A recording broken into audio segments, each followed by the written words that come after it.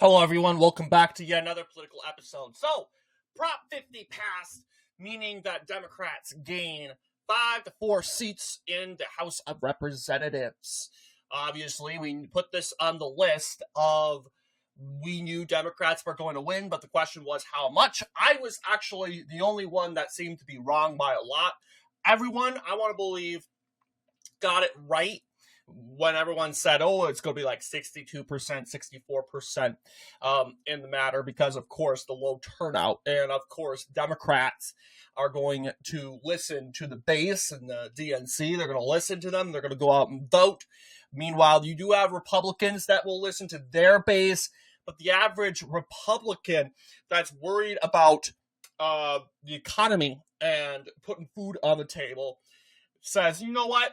I don't really care what district I live in. Just really, if food is on my plate, and that's understandable because really nothing really changes other than you get a new representative. It's not like that representative has executive power in that district or makes decisions in that district. That would be a little bit different, but obviously, that was expected that we would have lower turnout. However, I expected that Governor Schwarzenegger, and libertarians and this coalition would at least get them to 54%. That didn't happen. I was 10 points off. I didn't make an official prediction about it. If you could see in my final prediction video, which has gotten a little bit more views because everyone's laughing, kikiing, haha. Yeah, you make mistakes. It's a part of being an analyst, and the best part of making mistakes is you learn stuff on the way. You say, actually, this happened, and because this happened. And that impacts my decisions for the next low turnout election, which would be 2027, which would be interesting because Republicans are expected this time to sweep because really you have Kentucky. And you can't convince me that Kentucky will stay blue because Andy Beshear, who is seen as the big old mighty juggernaut in that state, is term limited. And honestly, I can't believe that there is honestly any Democrat that could perform any better than him. But the question is margins, right? What are margins going to be like? But we're talking about Prop 50, the results of Prop 50, 80% in. As you know, California takes like a month to count everything. It's huge. So that means they're going to take a lot of time to count up the votes. My expectation is that this map, this county alignment will change. That is my expectation. Because you have some counties, a lot of people are alarmed that Merced is voting yes. But listen, look at how tiny this is. 52 to 48%. And of course, there's no real split ticketing. There's no third party in this. So expectedly, we're only 64% in, but I expect that Merced will take the lead and it will flip. That no will take the lead and Merced will flip to no. You're already seeing the gap closing, and we're just 64% in. I'm pretty much confident. I'm already projecting this county to be a no win. But, seeing how wrong I was this time around, why should you all believe me? But, Democrats are trying to say that this must mean for some reason that the Hispanic vote has flipped around. Not necessarily, because you do have some Hispanic counties, like, for instance, Stanislaus County is barely holding on. Kern County is holding on, but 55%. And it's always been somewhat Republican. It's all about turnout, okay? Because the Hispanics during this time, just like minority groups, they don't show up. They always show up in presidential elections and midterm elections. They don't usually show up in off year elections. So don't be fooled. But the question is, it's not the Hispanics that don't show up the most. It's actually the Republicans, that the average Trump Republican, this metabolism that they only want to vote for Trump and vote anyone that's aligned with Trump. But the problem is, you do have candidates that are aligned with Trump. Maybe they're a little bit establishment, and they don't show up. So that's something that Republicans need to really combat. How are we going to increase Republican turnout? And we have, actually. We've improved compared to 2023. Turnout's been much higher, especially in the Supreme Court race, which is probably the only thing we brought home, was a better turnout compared to 2 years in 2023. But obviously, Prop 50, we knew that was going to pass, mostly due to turnout, and it has. And a lot of people are like, what is the consequences of this? But before I get into the consequences, I do want to explain. Well, first, let's see how many votes are left, because there are 20% left. Obviously, it says it's passing by a sizable margin, according to Kellen Browning, a news reporter from New York Times. But I want to know how many votes are left in each county. You do have the lead, obviously, tiny lead in these. Well, yeah, you do have big lead in Shasta, 70%. Very good. 57% though, so this will get tighter. The margin will close eventually. But notice the circles are very tiny. Okay, yeah, Lassen voted 80% no. And for those of you, it's interesting because, and for those of you who don't know, Lassen County is going to be added to California. Big old, to the, what I believe, is it split? Regardless, it's going to be added to the solid blue district. I would say District 1, yeah. No, you're seeing a lot of momentum in the counties that would be added to bluer districts. So you're seeing Lassen County, 80%, and we're 80% in. So this is probably going to be your result. I would expect the ending number to be like 75%, or I doubt that they're going to get any higher than 80.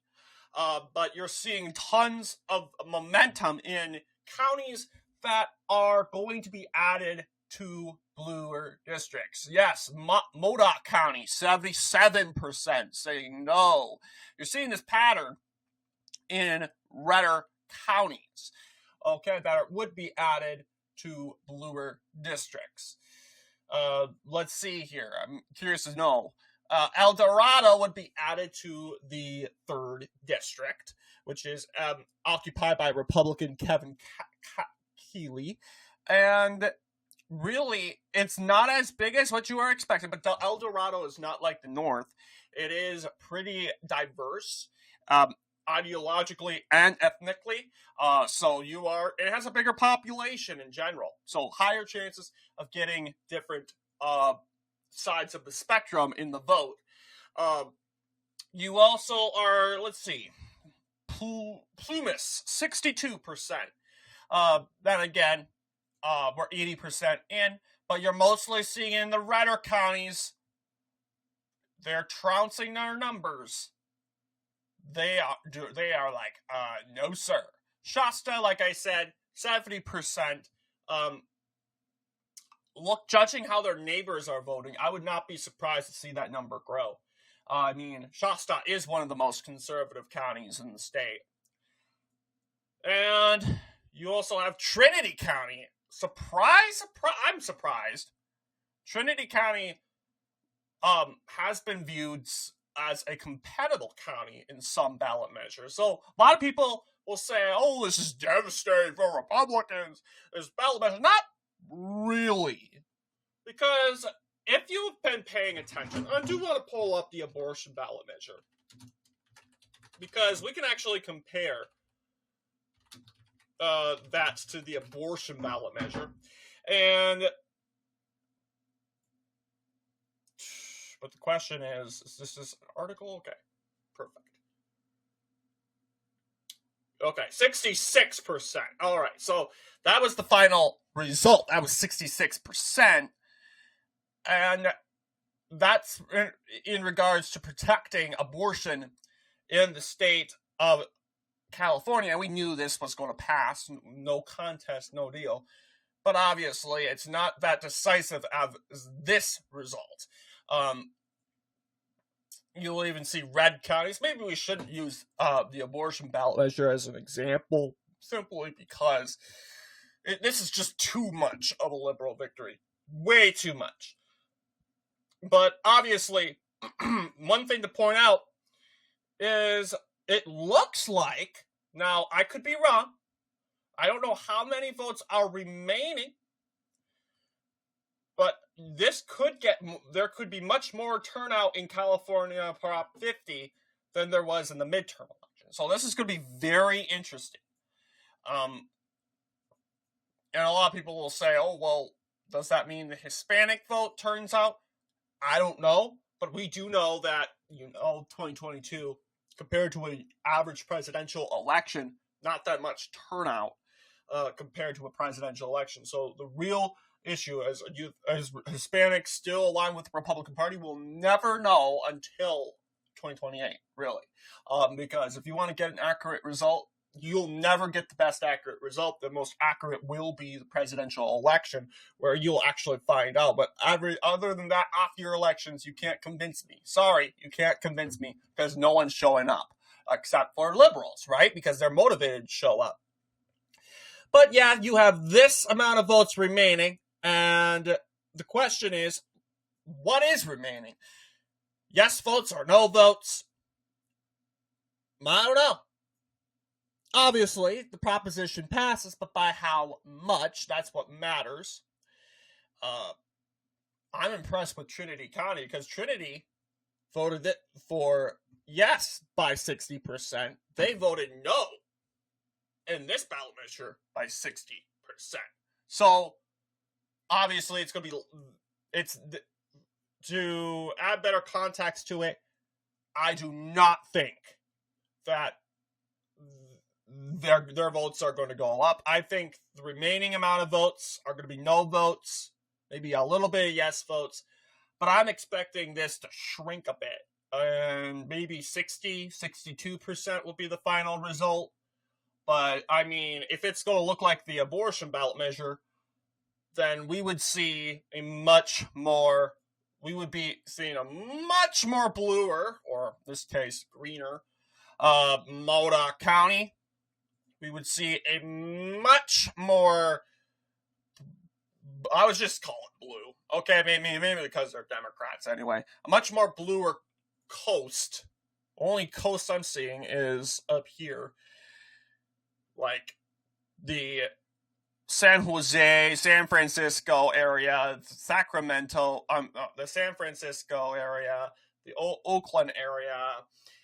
That's really the only 80%, 70% margins I'm seeing, while it exists all the way down to the coasts. So I have a hard time believing that this is going to be the final result. Imperial County might actually be closer, actually. It might come out even closer. We know this county barely flipped to Trump, and this is a county that will tell us a little bit how the Hispanics are voting.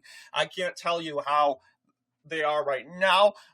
It's only 59% in, but hey, who knows? This county actually might flip. I mean, there's no reason, really. It depends.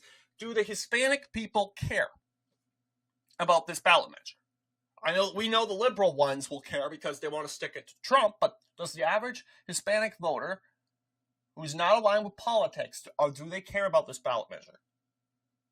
Do they care what representative that they have? That's the question.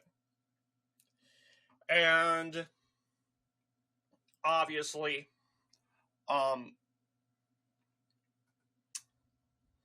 which is the county that is the best performing? Yes. No doubt about it. Yep. Yeah, you do have a margin too. Yes, you have San Francisco, you have 72% in, so they can definitely get to like 70. I do think they're going to get like 70%.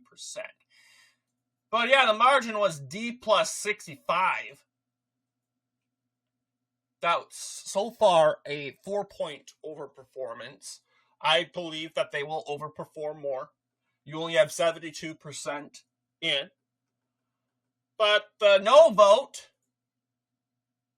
wow, actually, this is like, look at this. Lassen County, this is R plus 54. And no is overperforming Trump by like, I'm trying to think here, 7 points. And it might continue. We have only 80% in. Usually it gets, we stop counting by like 95%. So we have like 15 percentage points to see actual impacts to the numbers. But this is surprising. You're seeing it, yes, it gets smaller. But yeah, you're seeing Shada County, Glenn County, Tehama County, Modoc County, Lassen County, Amador County overperforming Trump. Calaveras County is overperforming. Sierra County is overperforming. And you got a tie in Colusa, which only is 79% in. And I think that's really all you're going to get from when it comes to overperforming. So was this really an L for the Republicans? Well, we knew this was going to pass marginally. Maybe you guys did, maybe I didn't. But the question is, it looks like really this was probably the only race that Republicans had met their expectations in. I'm going to pretty much end the video now. I was going to talk about the House numbers because a lot of people are like, oh, well, this is going to ruin it, or Democrats are going to win. Oh, blue wave. And I'm like saying, okay, the question is where? Where is your blue wave? Where are you going to have a blue wave? I do think Democrats can win the House. Absolutely. Absolutely. I do think that Democrats' chances of winning the House have gone up ever since that election. Ever since Tuesday. But a blue wave? Real? You cannot say it's going to be like 2018, because 2018 was a different Democratic Party. You had moderate conservative Democrats in that party that had red districts. And latest news was Jared Golden, the latest Democrat holding a Trump district, is retiring. So the question is, are you going to win Trump districts? You're obviously, very well likely to win the ones that are very close, that Trump, like, I would say, you could very well carry Iowa 1 because you have a weak Republican. You can carry Wisconsin 3 and Tom Barrett's seat. You also have District 9. Kristen McDonald is, interestingly enough, I can't say this is a Trump district, or it's a moderate district. I can't really believe that this is a Trump, because despite Donald Trump winning the district, McDonald Rivette ended up winning that seat. So it's very hard to say. It's like in between. But I don't see which Trump district you could possibly win these. But notice they're all tossed up. Maybe you can possibly pick up Iowa 3 and take out Zach Nunn. Maybe you can hold on to Marcy Kaptur's seat. I doubt it. Really do doubt it. Take back Pennsylvania 8. But I'm saying, in order to generate a blue wave in the House, you're going to have to pick up likely red seats. That includes, these are seats that obviously are voting Republican by double digits. What you saw on Tuesday, is it really what Americans are feeling? I can't say for sure. We're still doing an autopsy, but what it's looking like, it was a lack of collusion, a lack of strategy on the behalf of Republicans, a lot of weak candidates, not counting Jack, of course. And the government shut down. That really was what impacted last night. Not last night, but last week. But the good news is Trump, he's coming out and he's saying, acknowledging that the economy was a huge factor also. We were looking at these exit polls in New Jersey. They're saying, yep, Democrats are actually winning in the economy when it came to New Jersey. 66% prefer Democrats, and that's crazy, seeing how inefficient and how irresponsible they are when it comes to spending. So, yeah, I'm glad this is a blessing in disguise that, okay, Republicans are responding to this. The question is, it's not going to get any better with the shutdown, and that's why Republicans, I'm all for getting rid of the filibuster. I don't know about you, but this is a thing that Republicans are divided on. We depend on the filibuster to block the Democrat Party radical agenda, but they're going to pass that regardless. And when it comes to specifically the filibuster, so many Americans are hurting right now that, and with the economy the way it is right now, this may not be overcome. May not overcome this. So I think the right thing to do is to sacrifice it and be humble and say the filibuster has to go. But it is divisive.